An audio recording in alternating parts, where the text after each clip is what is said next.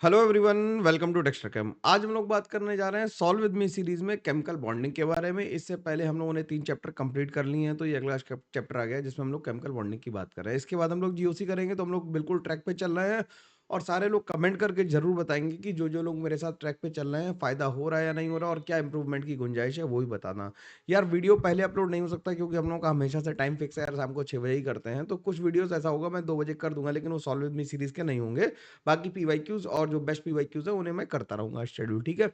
बाकी तुम्हारे लिए एक इंपॉर्टेंट अनाउंसमेंट ये है कि सैटरडे को हम लोग 2 बजे से अल्कोहल ईथर फिनॉल की लाइव क्लास कर रहे हैं। हिट बटन दबाना, अगर लाइक करना कि अगर तुम्हें अल्कोहल फिनॉल ईथर डालना है। मैं उसका पोल भी करवा लूंगा, टेंशन नहीं लेने की जरूरत है ना। तो अल्कोहल फिनॉल ईथर में सब लोग लाइव आ जाना। हम लोग मतलब बेहतरीन तरीके से करेंगे, तुम्हें लिटरली मजा आएगा। 6-7 घंटे का समय लगेगा मेरे साथ, लेकिन उतना तो हम लोग बियर कर लेंगे और आराम से पढ़ लेंगे, है ना। इतना तो मेरे साथ करना बनता ही है ना यार। ठीक है, चलो। मेरे साथ 6-7 घंटे मतलब बाकी लोगों के साथ 14 घंटे का बराबर है ना। बहुत हम लोग एग्जॉस्टिव काम करेंगे। कॉपी पेन लेके बैठेंगे सब लोग और तब फिर इसे करेंगे, ठीक है ना। चलो, क्वेश्चन नंबर 1 पे चलते हैं। स्ट्रेट अवे बात करते हैं। क्या कह रहा है, which of the following molecule is linear. अब हमें लीनियर मॉलिक्यूल पूछ रहा है, तो हम क्या करें, सबकी शेप बना ले पहले। शेप बना ले तो ICl तो यार सीधा सीधा बन जाएगा। ICl तो ये हो गया लीनियर, तो आंसर तो यहीं से आ गया हमारे पास। ICl तो सीधा सीधा आ गया। दूसरा क्या कर रहा है, SO3 का स्ट्रक्चर बनाओगे तो SO3 का हाइब्रिडाइजेशन कितना आ जाएगा।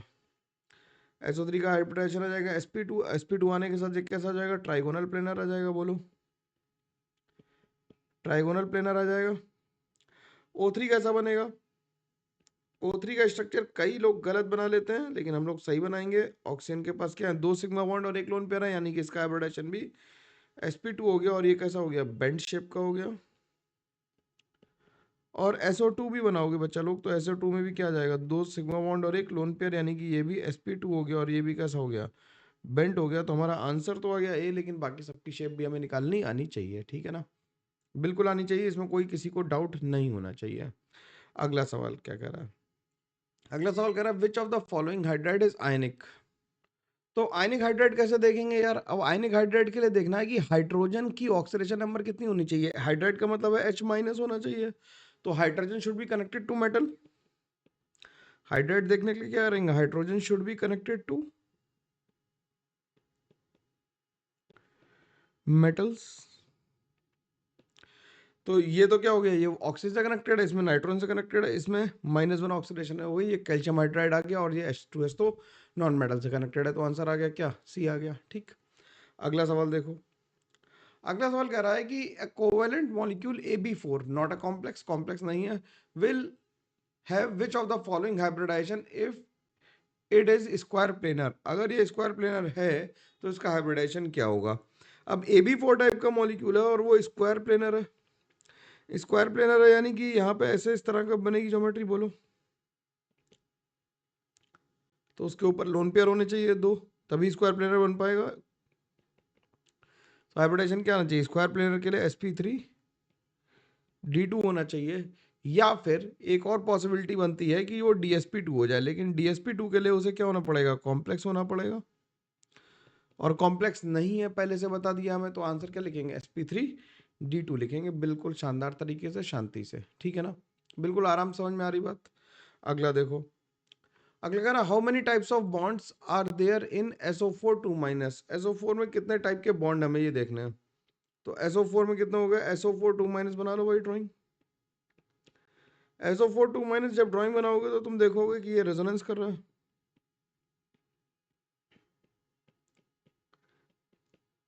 अगर ये रेजोनेंस में है तो ये सारे बॉन्ड कैसे हैं, आइडेंटिकल है। बोलो,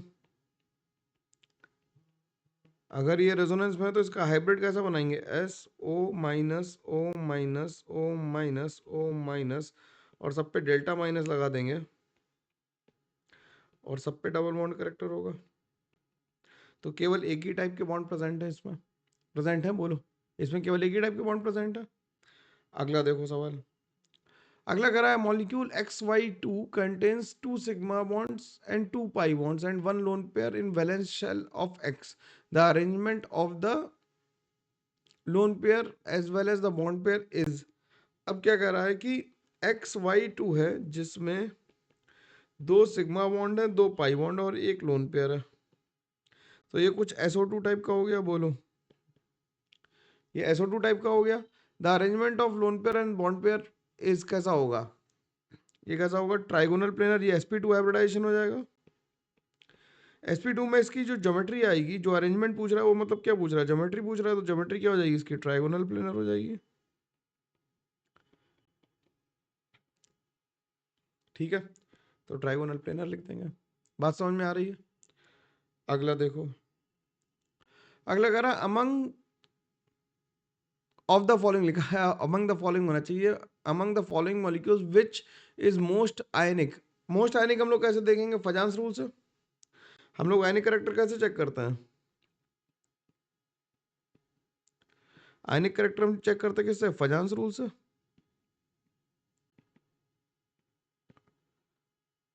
आयनिक करेक्टर हम लोग यूज करते हैं फजांस रूल से। तो आयनिक होने के लिए क्या होता है, for more ionic smaller cation, क्या होना चाहिए, स्मॉलर कैटाइन नहीं, लार्जर कैटाइन होना चाहिए, लार्जर कैटाइन, ठीक, विद नोबेल गैस कॉन्फ़िगरेशन,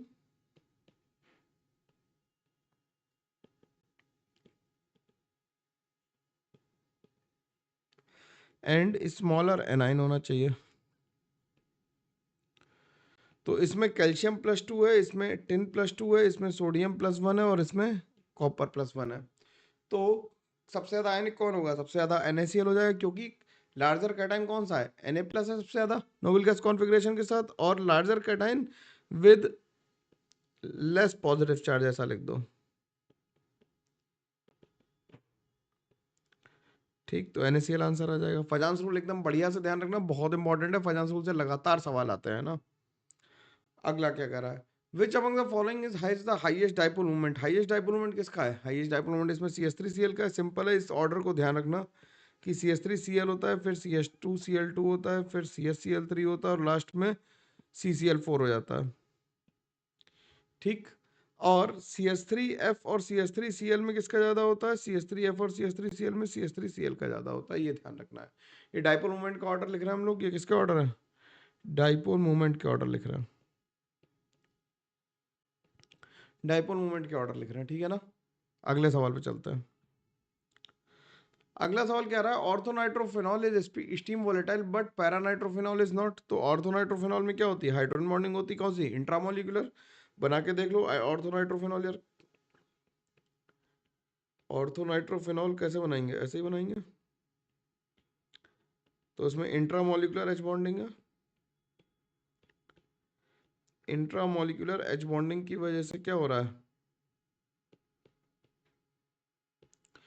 ये क्या हो रहा है, ये स्टीम वोलेटाइल है।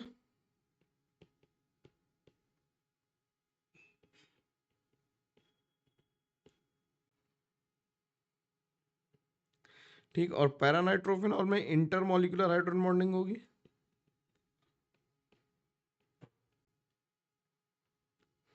इसे ऐसे बना देता हूं, और ये इंटरमोलिकुलर हाइड्रोजन बॉन्डिंग करेगा।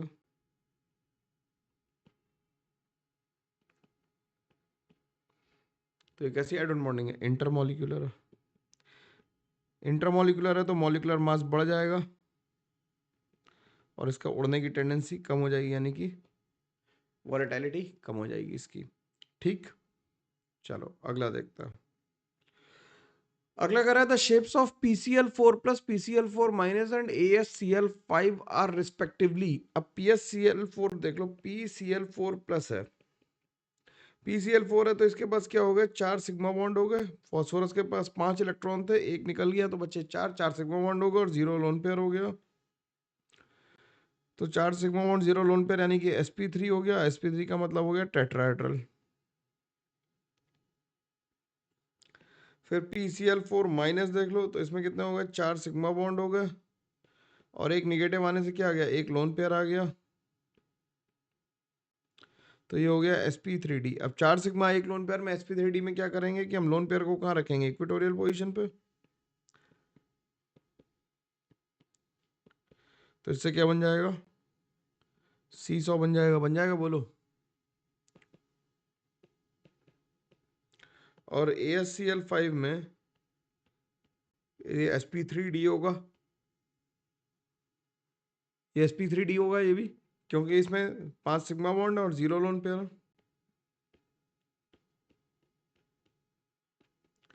5 सिग्मा बॉन्ड और 0 लोन पेयर है, तो ये क्या हो जाएगा, ये ट्राइगोनल बाई पिरामिडल हो जाएगा।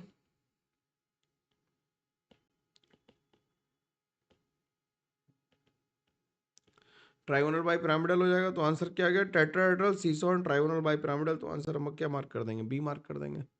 ठीक है, अगला देखो सवाल, कह रहा which of the following are isostructural. अब CH3 माइनस का स्ट्रक्चर कैसा होगा, CH3 माइनस है sp3, तो ये है पिरामिडल,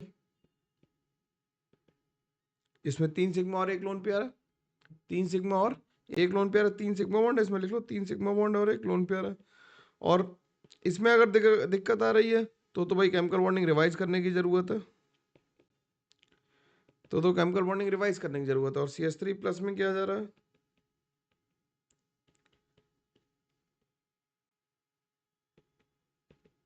ये ट्राइगोनल प्लेनर आ गई। ठीक, ऐसे ही NH4 प्लस और अमोनिया, NH4 प्लस कैसा हो जाएगा, sp3 हो जाएगा, और ये भी sp3 है, लेकिन इसमें क्या है, इसमें 4 सिग्मा बॉन्ड है और 0 लोन पेयर है, जबकि इसमें 3 सिग्मा बॉन्ड है और 1 लोन पेयर है। तो ये हो गया टेट्राहेड्रल और ये हो गया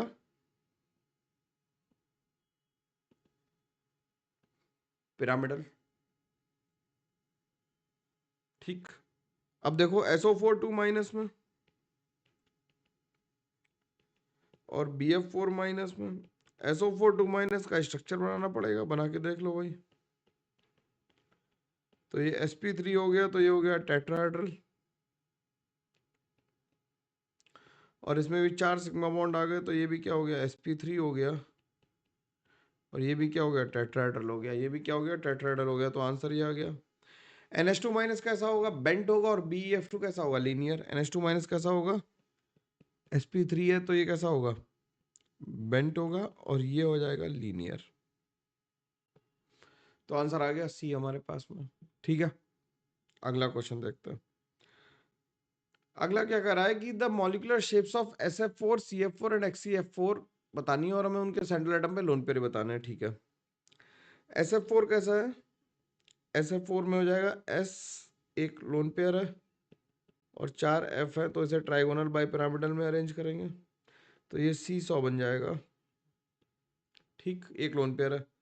फिर CF4 तो टेट्राहेड्रल है,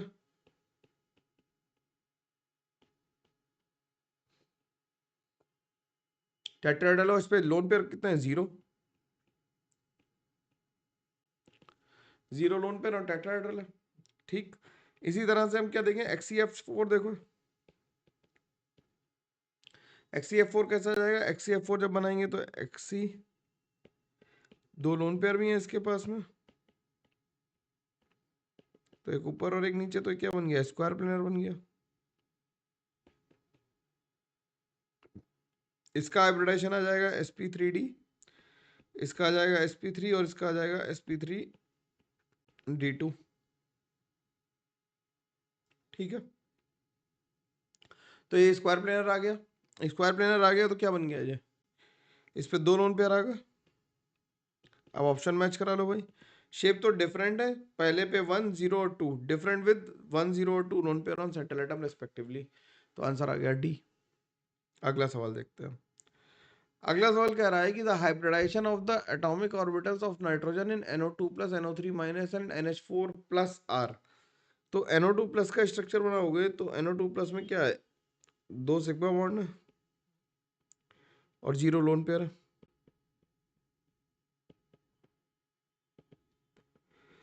तो ये हो गया sp। ठीक, दूसरा देखो NO3 माइनस बनाओगे, NO3 माइनस हो गया sp2, क्योंकि इस पे 3 सिग्मा बॉन्ड आ गए, ठीक। और NH4 प्लस जो आया वो आ गया sp3 क्योंकि इसके पास 4 सिग्मा बॉन्ड थे। ठीक है, तो आंसर आ गया sp sp2 और sp3, यानी कि आंसर आ गया बी हमारा। सही है, कोई दिक्कत नहीं, आसानी से हो पा रहा है, इसमें कोई समस्या किसी को भी नहीं ही आनी चाहिए। ठीक, अगला क्या कह रहा है? अगला कह रहा है which of the following contains both polar and non polar bond. और पोलर और नॉन पोलर बॉन्ड अगर हमें चाहिए तो NH4Cl में तो सारे नॉन पोलर है, ऑल पोलर है सॉरी। SCN में भी सब पोलर बॉन्ड्स हैं।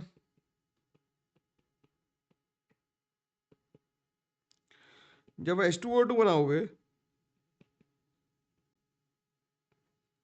जब H2O2 बनाओगे तो ऑक्सीजन ऑक्सीजन के बीच का बॉन्ड कैसा आ जाएगा? ये नॉन पोलर आ जाएगा, नॉन पोलर आ जाएगा। और ये वाला कैसा हो जाएगा? ये पोलर हो जाएगा।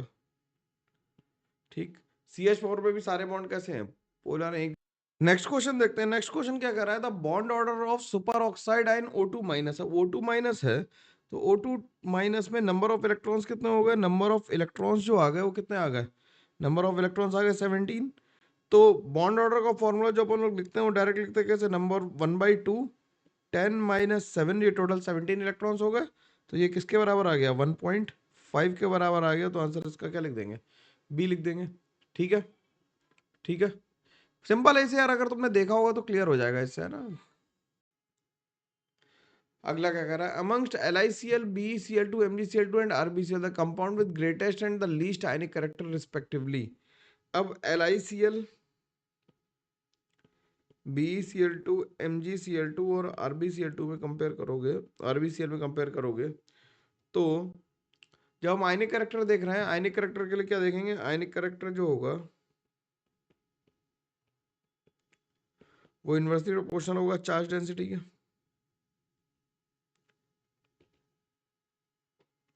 तो Be2+ का चार्ज कैसा है? ये मैक्सिमम चार्ज डेंसिटी इसमें, और लीस्ट चार्ज डेंसिटी किसमें? Rb+ में। तो RbCl क्या हो जाएगा?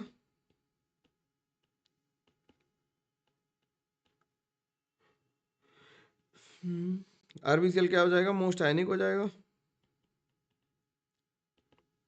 और BeCl2 कैसा हो जाएगा? मोस्ट कोवेलेंट हो जाएगा।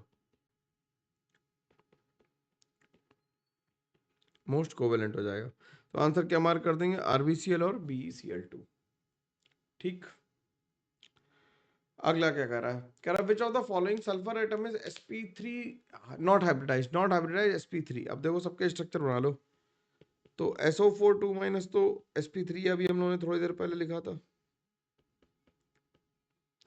SF4 में सल्फर के पास एक लोन पेयर है,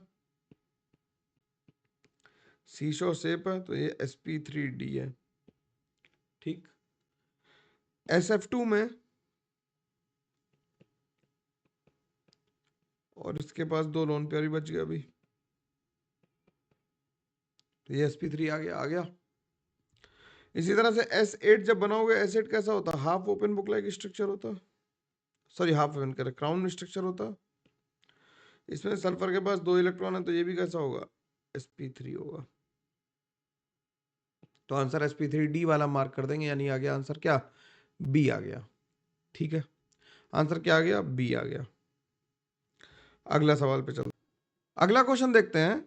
अगला क्वेश्चन क्या कर रहा है? Which of the following orders regarding the bond order is correct. Bond order में निकालना किसका किसका है? हमें बॉन्ड ऑर्डर निकालना है O2 का, O2+ का और O2- का। O2 में हो गए 16 इलेक्ट्रॉन, इसमें हो गए 15 इलेक्ट्रॉन, इसमें हो गए 17 इलेक्ट्रॉन। तो बॉन्ड ऑर्डर का फॉर्मूला क्या आ गया? बॉन्ड ऑर्डर फॉर्मूला आ गया 1/2, इसके लिखेंगे 10 - 6 यानी कि 2 आ गया। इसके लिखेंगे बॉन्ड ऑर्डर कितना आ गया? 1/2 इंटू 10 - 5 यानी कि 2.5 आ गया। और इसके लिए बॉन्ड ऑर्डर लिख देंगे 1/2 यानी कि 10 - 7 यानी 1.5 आ गया। आ गया, क्लियर है बात? तो ये फॉर्मूला हम लोग डायरेक्ट कर चुके हैं, इसे डायरेक्ट लिख सकते हैं। और इससे आंसर क्या आ जाएगा? आंसर आ जाएगा O2+ का सबसे ज़्यादा आ जाएगा, फिर आ जाएगा O2 का, और सबसे कम आ जाएगा O2- का। तो आंसर क्या आ जाएगा? आंसर इसका बी आ जाएगा। यार ये बहुत कठिन सवाल नहीं है, लेकिन बहुत ईज़ी नहीं है। मेंस लेवल का मतलब मेंस लेवल मेंस का रखना है ना, एडवांस के जिस दिन कराएँगे उस दिन तुम्हें एडवांस वाली फीलिंग आएगी, क्या दिक्कत है उसमें? क्या कह रहा है the shape of XCF4 is, अब XCF4 की शेप हम लोगों ने कितनी बार लिखी है? अभी बहुत बार लिख चुके हैं XCF4 की शेप तो।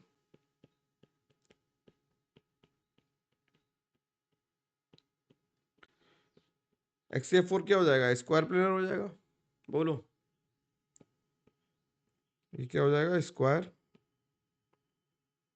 प्लेनर हो जाएगा। अगला देखो, अगला कह रहा है XCOF4 की शेप हमें बतानी। XCOF4 कैसे बनाओगे यार?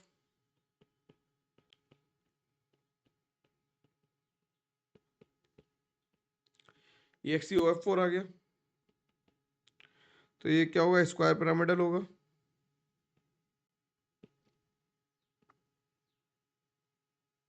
ये क्या होगा? स्क्वायर पिरामिडल होगा। स्क्वायर पिरामिडल होगा, और स्क्वायर पिरामिडल के लिए हम इसकी हाइब्रिडाइजेशन लिखेंगे, क्या जाएगा? sp3d2 लिख देंगे, और ये क्या जाएगा? Square pyramidal. ठीक, चलो अगला सवाल देखते हैं। ज्योमेट्री ऑफ XCO2F2 कह रहा है। अब XCO2F2 के लिए देखो क्या होगा।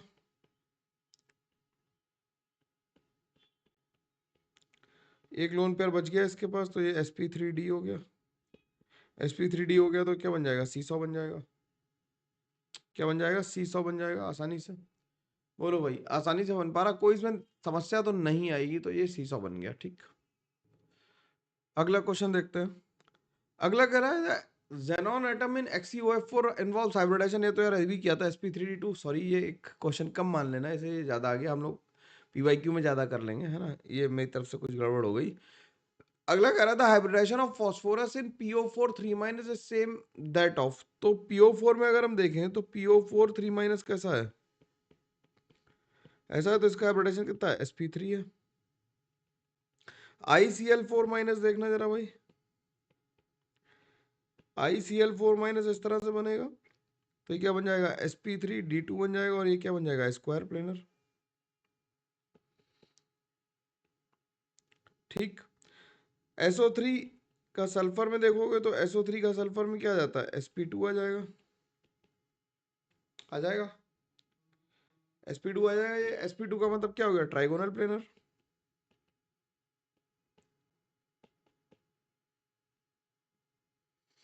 NO3- देखना, NO3- इज sp2, मतलब ट्राइगोनल प्लेनर आ गया। और SO4 2-,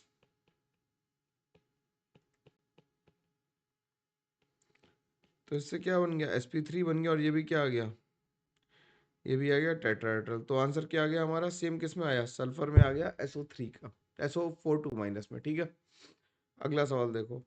अगला क्या कर रहा है कि विच of the following statement is correct पूछ रहा है। करेक्ट पूछ रहा है, कह रहा है the polarisation of an anion is maximum by highly charge cation. बिल्कुल सही बात है।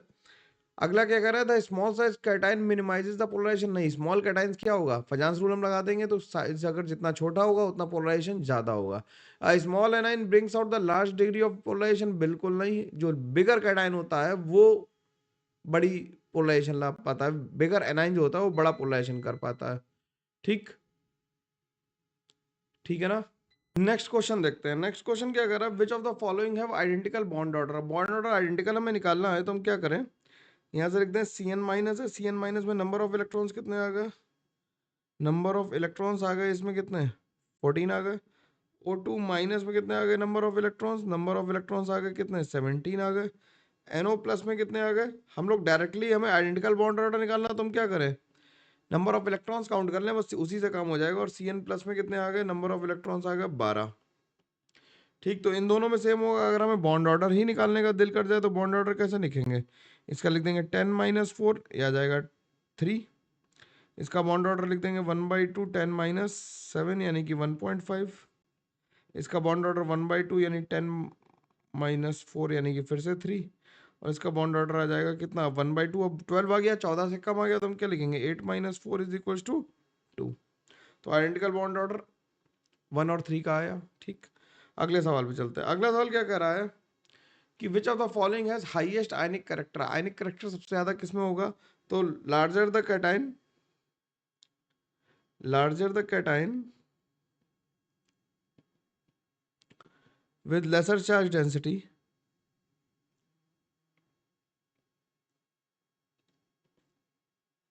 greater will be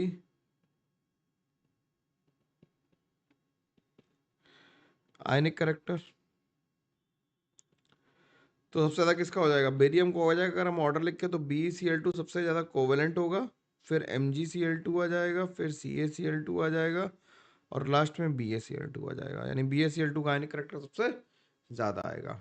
अगला सवाल देखो, अगला क्या कह रहा है? अगला कह रहा है which of the following is not true. Not कह रहा है, ध्यान रखना है ना, which of the following is not true for a hybridisation process. Hybridisation के लिए क्या ट्रू नहीं है? Electrons take part and not the orbitals. यही पहली लाइन गलत है, इलेक्ट्रॉन नहीं पार्टिसिपेट करते, ऑर्बिटल्स पार्टिसिपेट करते हैं।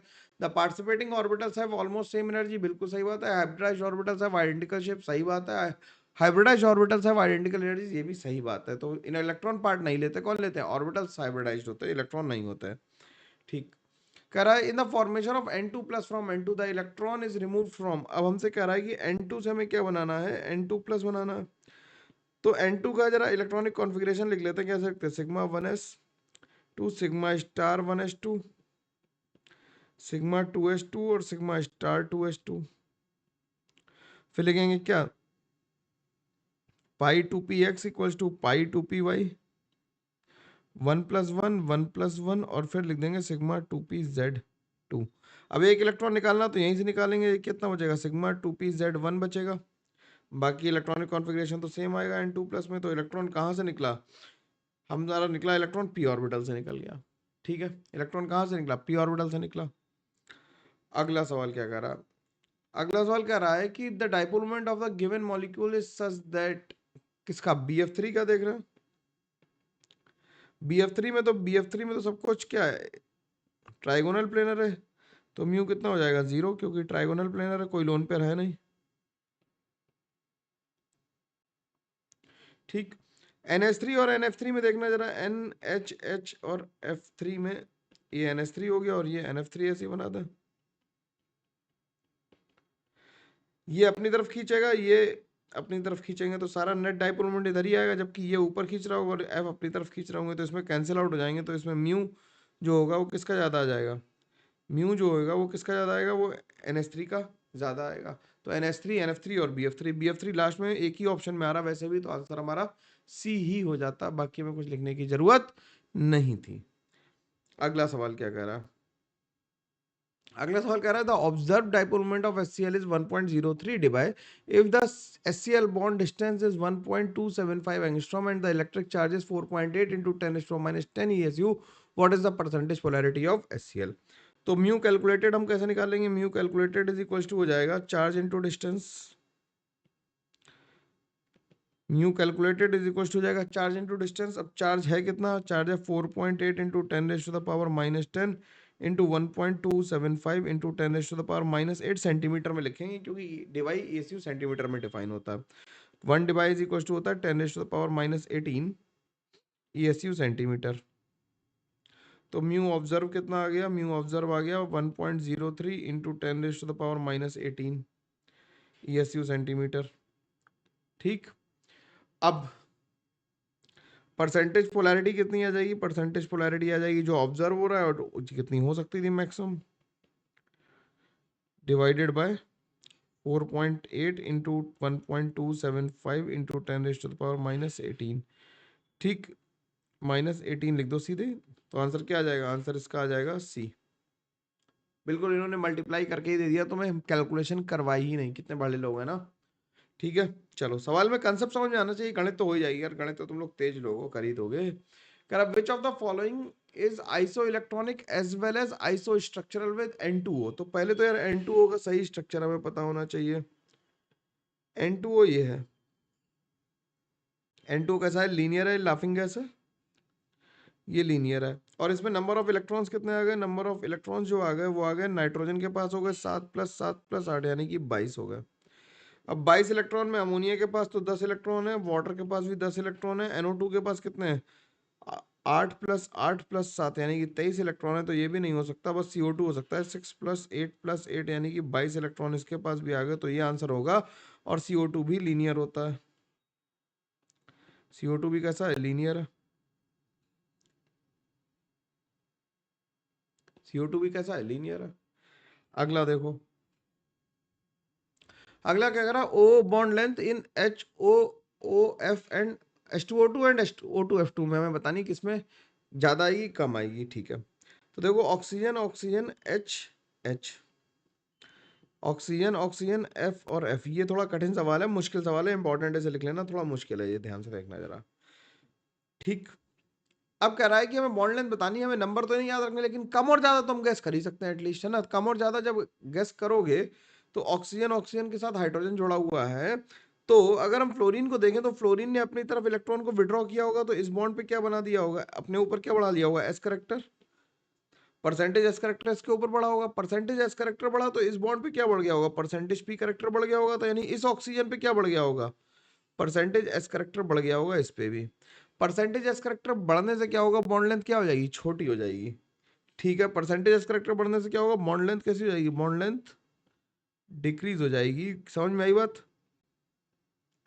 भाई एफ ने इलेक्ट्रॉन अपनी तरफ खींचे, एफ ने इलेक्ट्रॉन अपनी तरफ खींचे तो अपने ऊपर एस करेक्टर बढ़ा लिया, तो जो OF बॉन्ड का sp हाइब्रिड बॉन्ड था, sp3 हाइब्रिड था, उस पे क्या हो गया, p करेक्टर बढ़ गया। अगर p करेक्टर ज्यादा OF बॉन्ड पे आ गया तो O बॉन्ड पे कम हो जाएगा, तो O बॉन्ड पे S करेक्टर बढ़ेगा, और S करेक्टर जितना ज्यादा बढ़ेगा बॉन्ड लेंथ उतनी कम होती जाएगी। तो अगर इलेक्ट्रोनेगेटिव एलिमेंट लगा देंगे तो बॉन्ड लेंथ क्या हो जाएगी, कम हो जाएगी, तो आंसर क्या आ जाएगा, बी आ जाएगा। समझ में आ गई बात? आई होप आ गई होगी बात समझ में। अगला क्या कर रहा, predict the shape of SB X63- and TX62-। तो SB है एंटीमनी, ठीक, एंटीमनी के साथ 6- बनाने, तो हमें देखना जरा, 3- बनाने, तो X ले ले, X ले ले, X ले ले, X ले ले और X ले ले, ये X आ गए 6, और एक लोन पेयर आ गया। तो इससे क्या बन गया, इससे बन गया डिस्टॉर्टेड ऑक्टाहेड्रल बन गया ये।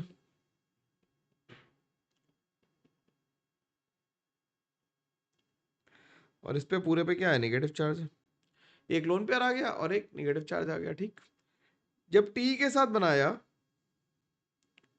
टी के साथ बनाया,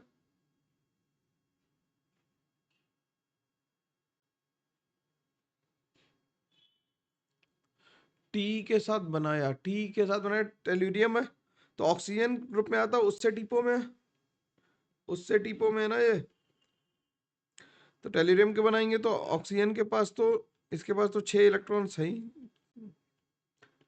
तो इस पे भी सेम शेप आ जाएगी, डिस्टॉर्टेड ऑक्टाहेड्रल। और Br F6-, Br F6-, Br F6 में Br बन जाएगा और F6 आ जाएंगे, और एक लोन पेयर इस पे बचेगा, तो ये भी डिस्टॉर्टेड ऑक्टाहेड्रल आ जाएगी। तो सारी शेप कैसी आ गई, डिस्टॉर्टेड ऑक्टाहेड्रल आ गई। ठीक है, सब पे sp3d हाइब्रिडाइजेशन आ गया, तो डिस्टॉर्टेड ऑक्टाहेड्रल ही बनना था, और कुछ बनने का स्कोप नहीं था। अगला कह रहा है, how many unpaired electrons are present is N2+। N2+ में कितने इलेक्ट्रॉन्स हो गए, N2+ में आ गए 13, N2+ में कितने आ गए, 13 इलेक्ट्रॉन्स आ गए। 13 इलेक्ट्रॉन्स के लिए लिखना है तो σ1s2, σ*1s2, σ2s2, σ*2s2, π2px equals to π2py। दोनों में हम दो दो इलेक्ट्रॉन्स भर सकते हैं, और ये बचेगा σ2pz1 बचेगा। तो केवल एक ऑर्बिटल ऐसा है जिसमें अनपेयर्ड इलेक्ट्रॉन है, बाकी सब में तो पेयर्ड ही है। केवल एक ही ऑर्बिटल ऐसा बचा है जिसमें अनपेयर्ड इलेक्ट्रॉन है, बाकी सब में कैसे हैं, पेयर्ड है। ठीक है, अगला देखो, अगला कह रहा dipole moment is exhibited by. Dipole moment कौन एग्जिबिट कर रहा है, तो इसमें देखो जरा, 1,2,1,4 डाइक्लोरोबेंजीन दे रखा है, 1,4 डाइक्लोरोबेंजीन के लिए तो म्यू 0 हो जाएगा। 1,2 डाइक्लोरोबेंजीन दे रखा है, 1,2 डाइक्लोरोबेंजीन में म्यू की वैल्यू नॉन जीरो आएगी। ट्रांस डाइक्लोरो इथेन दे रखा है, तो ट्रांस डाइक्लोरो इथेन कैसे बना दोगे, तो इसमें भी क्या आ जाएगा, ये अपनी तरफ खींचेगा, ये अपनी तरफ, तो इसके लिए भी म्यू 0 आ जाएगा, तो आंसर क्या आ जाएगा, बी आ जाएगा। ठीक, अगला सवाल क्या कर रहा है? अगला सवाल कह रहा है कॉलम 1 है और कॉलम 2 है। ठीक, हमें इसमें क्या करना है, हमें मैचिंग करनी है। ठीक है, ऑप्शंस नहीं बनाए इसके, ऑप्शंस हम लोग देख लेंगे। मल्टी करेक्ट मैचिंग टाइप की है, PCl3F2 और PCl2F3। ये किससे होते हैं? देखो ये थोड़ा इंपॉर्टेंट केस है। PCl3F2 ले लें, तो PCl3F2 लेंगे तो हम बेंड्स रूल लगाएंगे, और बेंड्स रूल के हिसाब से क्या कर देंगे कि F को कहाँ भेजेंगे, मोर इलेक्ट्रोनेगेटिव को हम भेजते हैं एक्सेल पोजीशन पे, तो इसके लिए म्यू आ जाएगा 0। और PCl2F3 ले लें, PCl2F3 ले लें तो ये क्या बन जाएगा, F। और यहाँ पे F को मजबूरी में रखना पड़ेगा, ऊपर और नीचे रखने के बाद भी एक बच गया, तो इसके लिए म्यू नॉन जीरो आ जाएगा। ठीक, तो इसमें क्या है, आइडेंटिकल प्रॉपर्टी क्या है, डाइपोल मोमेंट तो इनका सेम नहीं हो सकता। हाइब्रिडाइजेशन कैसा है दोनों पे, sp3d है, sp3d हाइब्रिडाइजेशन है, तो पहला सही हो गया इसके लिए। और इनकी शेप सेम है, क्या है, टीवीपी शेप है इनकी दोनों की, तो इनकी शेप भी सेम है, तो 1 2 हो गया। डाइपोल मोमेंट सेम नहीं, टोटल नंबर ऑफ इलेक्ट्रॉन्स भी सेम नहीं है, क्योंकि क्लोरीन और फ्लोरीन है। BF3 और BCl3 को देखो जरा, BF3 और BCl3 को देखोगे जब, तो दोनों की शेप कैसी आ जाएगी, दोनों का डाइपोल मोमेंट 0 आ जाएगा, हाइब्रिडाइजेशन सेम आ जाएगा, बोलो म्यू 0 आ जाएगा, sp2 है और ट्राइगोनल प्लेनर है।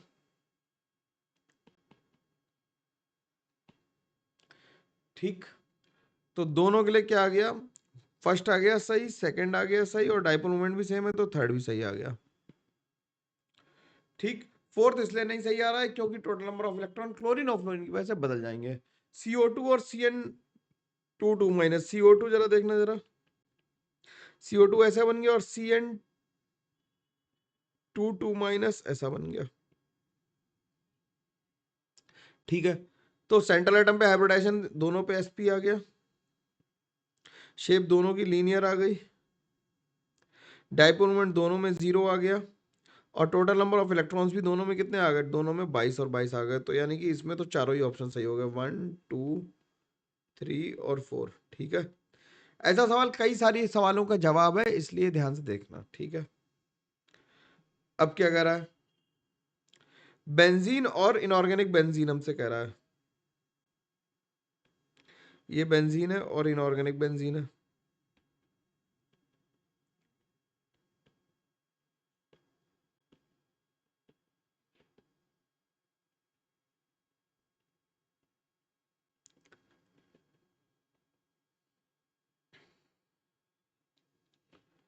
बेंजीन और इनऑर्गेनिक बेंजीन है, हाइब्रिडाइजेशन जो है वो सबका sp2 है,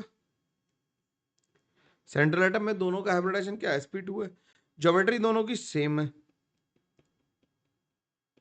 ठीक, नंबर ऑफ इलेक्ट्रॉन्स भी दोनों में सेम आ जाएंगे, क्योंकि हाइड्रोजन सेम है, नाइट्रोजन पे प्लस आ गया, और नाइट्रोजन पे प्लस आया तो वो क्या बन गया, नाइट्रोजन पे प्लस आया तो वो सेम बना क्या। कितने इलेक्ट्रॉन्स हो गए इस पे काउंट कर लो जरा, नंबर ऑफ इलेक्ट्रॉन्स काउंट करने, तो कार्बन पे हो गए 6 छक 36 और 6 42 हो गए इस पे, और इस पे हो गए 5 3 15, और नाइट्रोजन के हो गए कितने, नाइट्रोजन के हो गए 7 3 21, तो ये भी 42 हो गया। ठीक है, ये भी 42 आ गया, तो दोनों आ गए, तो यानी कि 4 भी आ गया।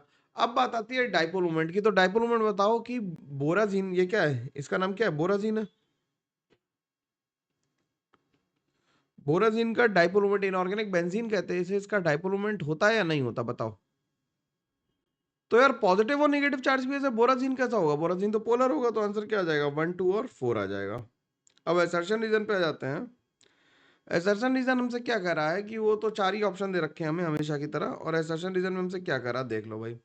असर्शन रीजन कह रहा है xenon atom in XeF2 assumes sp2 hybrid state, बिल्कुल नहीं, XeF2 कैसा बनेगा, XeF2 लीनियर बनेगा, बिल्कुल सही बात है, लेकिन बेट्स रूल की वजह से लोन पेयर कहाँ आ जाएंगे, बेंट्स रूल की वजह से कहाँ पे आ जाएंगे, इक्वेटोरियल पोजीशन पे। तो ये तो बात कैसी हो गई, गलत हो गया, ये sp3d बना। ठीक, और XeF2 does not follow octet rule, बिल्कुल सही बात है, फॉलो ऑक्टेट रूल फॉलो नहीं करता है, तो आंसर इसका क्या आ जाएगा, डी आ जाएगा। कह रहा है NO2 is paramagnetic at room temperature and diamagnetic at lower temperature, बिल्कुल सही बात है, क्योंकि NO2 कन्वर्ट हो जाती है किसमें, डाइमराइज होके N2O4 बना देती है, और N2O4 बनने पे ये कैसी हो जाती है, NO2 कैसी थी, रेडिश ब्राउन गैस थी।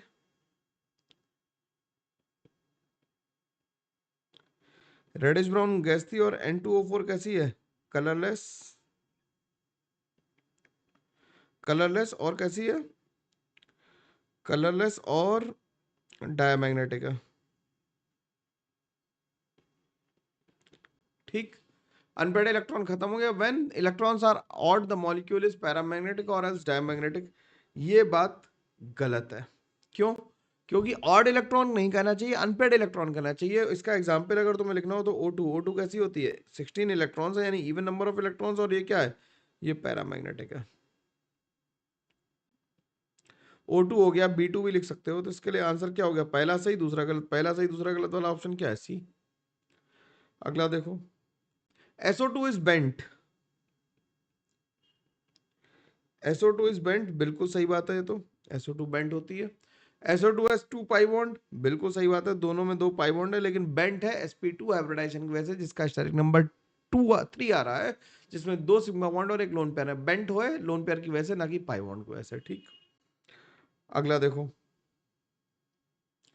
कह रहा bond angle of ammonia is lower than CH4। बिल्कुल सही बात है, ये तो असर्शन तो सही है। तुम्हें असर्शन रीजन वाले सवालों में इसलिए तकलीफ आ सकती है क्योंकि इसके रीजनिंग सही है कि नहीं, ये जरूरी देखना। 107 डिग्री हो गया इसका 5 मिनट्स के लगभग, और ये CH4 कितना होता है, 109 डिग्री 28 मिनट्स। तो ये तो सही बात है। NH3 has 1 lone pair and the lone pair bond pair repulsion is greater than bond pair repulsion। बिल्कुल सही है। इसका सही एक्सप्लेनेशन भी है कि लोन पेयर के रिपल्शन की वजह से इसने क्या किया, बॉन्ड्स को नीचे दबा दिया, और दबाने की वजह से क्या हुआ, दबाने की वजह से जो बॉन्ड एंगल है वो कम हो गया। ठीक, अगला देखो, अगला कह रहा है कि H2O क्या है, लिक्विड है, while H2S is a gas. ये तो सही बात है। H2S hydrogen bonding while H2S does not, तो ये भी सही बात है, तो ये भी करेक्ट एक्सप्लेनेशन है। ठीक है ना, ये आसान सवाल है, आसानी से हो पा रहे हैं। अब हम लोग सब्जेक्टिव सवालों की तरफ चल रहे हैं, देखते हैं क्या करते हैं। चलो भाई देखते हैं अगला सवाल क्या कर रहा है। कह रहा है कि number of P bond and P4S3। कितने लोगों ने ये क्वेश्चन सही किया, जरा कमेंट में बताना कि P4S3 का स्ट्रक्चर सही बना पाया यार। P4S3 का सही स्ट्रक्चर बनाना थोड़ा सा कठिन काम है। ये कुछ ऐसा स्ट्रक्चर होता तो PP बॉन्ड कितने आ गए, जरा काउंट कर लो इसमें। मतलब मैं हाईलाइट कर दूं, एक PP बॉन्ड ये है, एक ये और एक ये है, तो 3 है टोटल, तो 3 आंसर लिख देंगे हम लोग। बस शर्त यह है कि तुम्हें P4S3 का स्ट्रक्चर याद होना चाहिए, जो कि जरूरी बात है। ठीक है, अगला सवाल देखते हैं। अगला कह रहा है among the following the number of planar species is. Planar species अब हमें देखनी है, जब प्लेनर देखनी है तो XCF2 कैसा है, XCF2 तो लीनियर है, तो प्लेनर है ये। ClF3 कैसा है, ClF3 में Cl लोन पेयर हम लगा लेंगे कहाँ, इक्वेटोरियल पोजीशन पे, और F और F कहाँ लगा देंगे, ऊपर और नीचे, तो ये टी शेप आ जाएगा। टी शेप आ जाएगा तो ये भी प्लेनर है।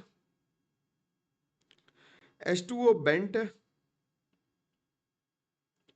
बेंट है तो प्लेनर है। XeF5 माइनस में जो स्टेरिक नंबर आ रहा है वो 5 सिग्मा बॉन्ड आ रहे हैं और 2 लोन पेयर आ रहे हैं। अब 5 सिग्मा बॉन्ड और 2 लोन पेयर का मतलब क्या हो गया, स्टेरिक नंबर 7 आ गया, यानी sp3d2 रखे, sp3d3 रखेंगे। तो पेंटागनल बाइपिरामिडल जब बनाएंगे हम लोग, तो लोन पेयर को कहाँ रखेंगे, लोन पेयर को हम लोग एक्सियल पोजीशन पे रखेंगे, ध्यान रखना है ना।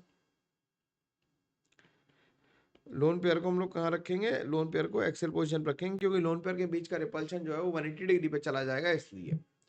ठीक, तो ये क्या हो गया, ये कैसा हो गया, ये पेंटागनल प्लेनर हो गया, तो ये भी प्लेनर हो गया यार। ये पेंटागनल प्लेनर हो गया तो ये भी प्लेनर हो गया ना।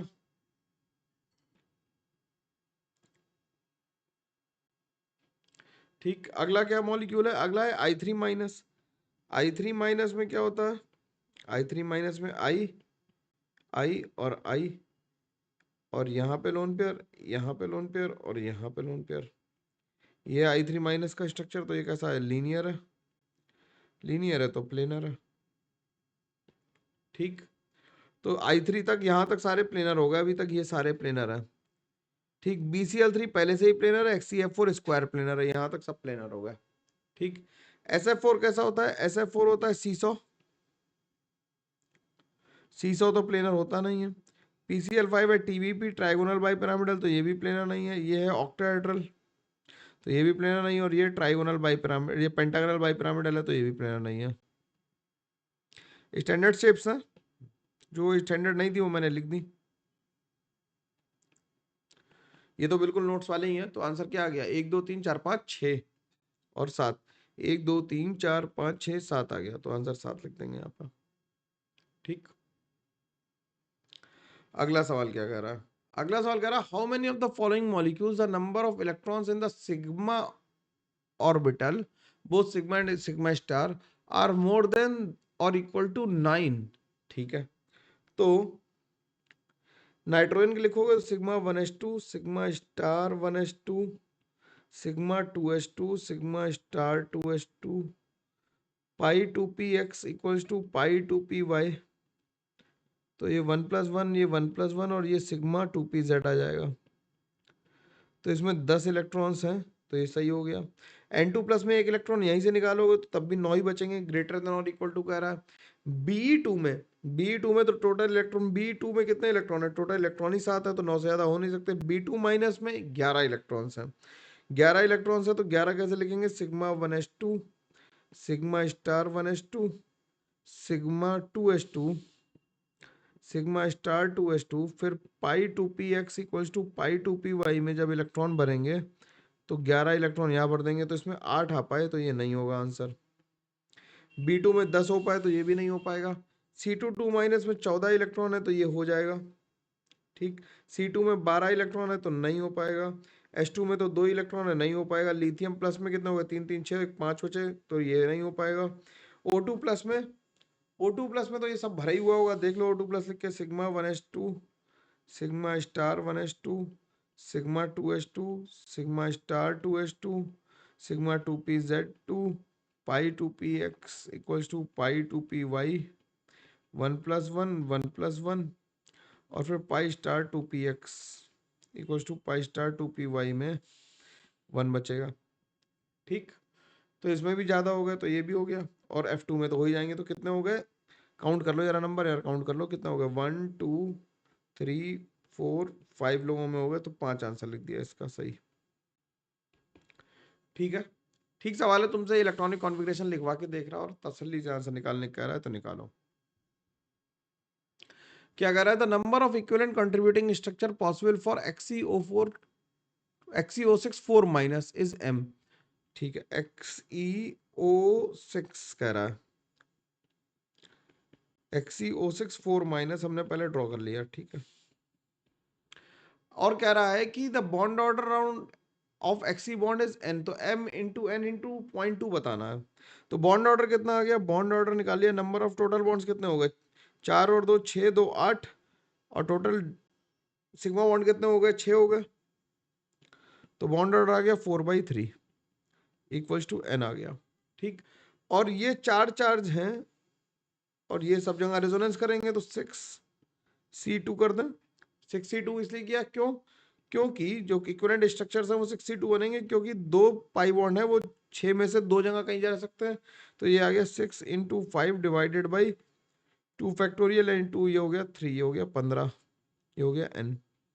तो हो गया 4/3 इंटू 15 इंटू 0.2, ये हो गया कितना? 5, 4 पंजे हो गया 20, 20 इंटू 0.4 यानी कि 4 आंसर आ गया। ठीक है, 6C2 क्यों किया? क्योंकि 6 लोकेशन थी और 2 पाई बॉन्ड मूव कर सकते थे, तो उतने ही रेजोनेटिंग स्ट्रक्चर बन जाएंगे। अगला देखो, अगला क्या कह रहा? Addition of H+ to a given anion significantly changes the bond length between the existing atoms of original anion due to the change in their bond order. ठीक है, this is observed that the addition to how many of the following anion, ये किसमें ऐसा होगा? किसमें होगा ऐसा देखना जरा। तो TeO6 लिखेंगे हम लोग माइनस।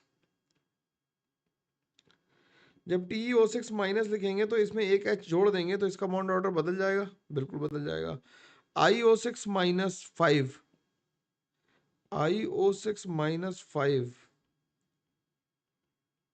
इसमें H जोड़ दोगे तो इसका ही बॉन्ड ऑर्डर बदल जाएगा और XeO6 का भी बदल जाएगा, क्योंकि इसमें जैसे ही H जोड़ेगा ना ये वाला बॉन्ड ऑर्डर बदल जाएगा, ये रेजोनेंस नहीं कर पाएगा। XeO6 में भी ऐसे ही होगा। XeO6 अगर हम 4- बनाए, XeO6 4- बनाए तो वो भी ऐसे ही बना देंगे। ठीक, इसमें भी H जोड़ने से बॉन्ड ऑर्डर बदल जाएगा। C2 2- में, C2 2- में बॉन्ड ऑर्डर बदलने का कोई मतलब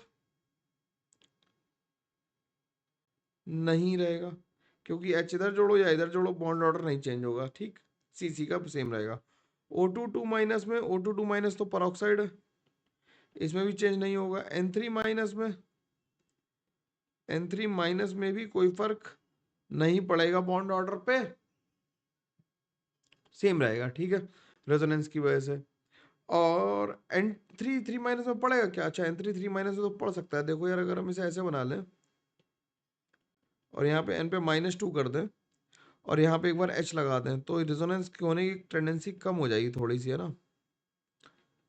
तो ये इसमें फर्क पड़ेगा कि नहीं पड़ेगा? इसमें भी नहीं पड़ेगा, रेजोनेंस हो गई वैसे ही, नहीं पड़ेगा। ठीक, और I3- में भी H लगाने से कोई रेजोनेंस जैसी बात नहीं हो रही है, तो बॉन्ड ऑर्डर फर्क नहीं पड़ेगा। तो आंसर कितना आ जाएगा? 3 आ जाएगा। ठीक, अगला क्या करा? अगला करा है, how many of the following species have exactly 4 contributing resonating structure.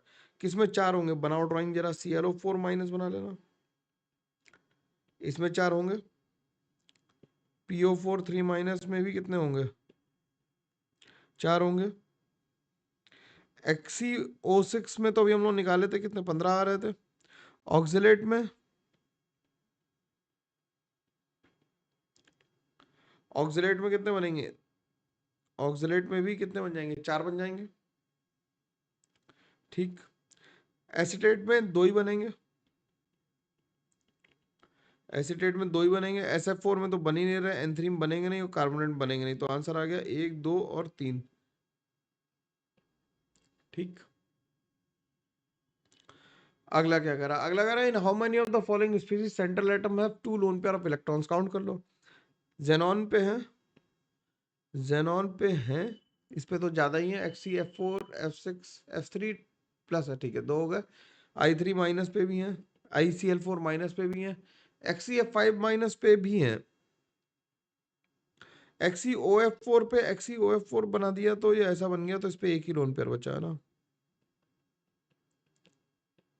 SCl2 पे 2 लोन पेयर है। FeSeO2 FeSeO2 पे तो नहीं होंगे। ठीक है, ClOF3 सेंट्रल एटम, इसमें क्या होगा? ClOF3 में Cl होगा और F3 ऐसा बना दें, तो इसके पास सेंट्रल एटम पास एक ही लोन पेयर बचेगा और SOF4 में एक भी नहीं बचेगा। तो आंसर आ जाएगा 3 और 2 5। ठीक, अगला क्या करा? Among the following N2 N2 plus N2 minus N2 2 minus और बहुत सारे दिए नंबर ऑफ स्पीशीज डायमैग्नेटिक। अब N2 में कितने इलेक्ट्रॉन्स हैं? N2 में है 14, तो ये डाया हो गया। N2 प्लस कैसा हो गया? 13, तो पैरा हो गया। N2 माइनस कैसा हो गया? 15, तो पैरा हो गया। N2 2- कैसा हो गया? 16, तो ये भी पैरा हो गया। O2 वाला कैसा हो गया? 16, तो पैरा हो गया। O2 प्लस भी कैसा हो गया?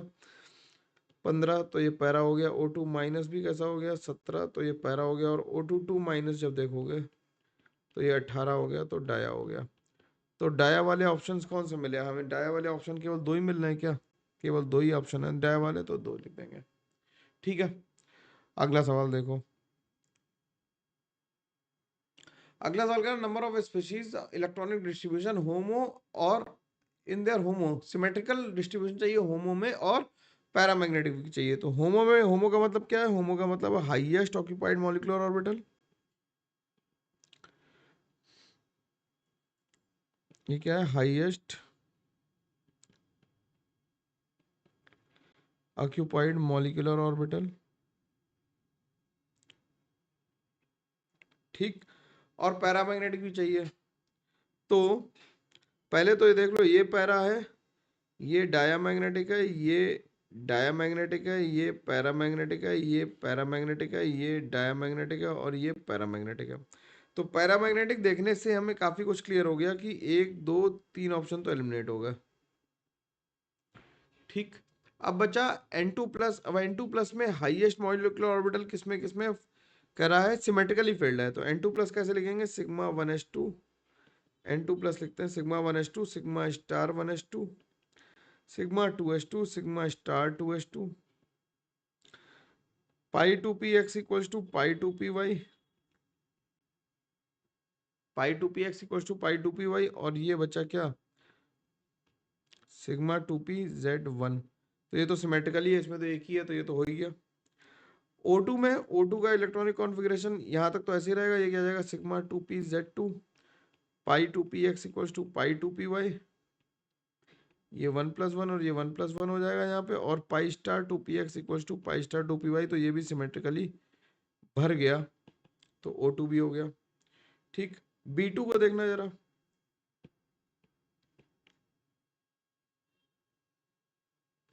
B2 को देखना।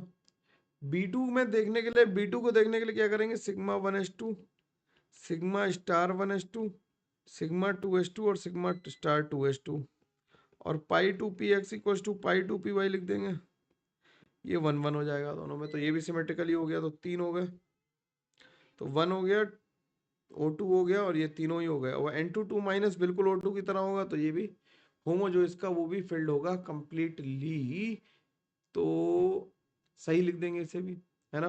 तो 4 आंसर आ जाएगा इसका टोटल।